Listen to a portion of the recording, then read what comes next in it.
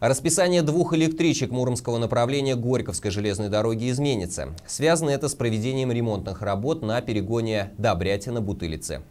С 17 апреля по 10 июля пригородный поезд номер 6063 с сообщением Муром-Вековка будет отправляться в 8:48.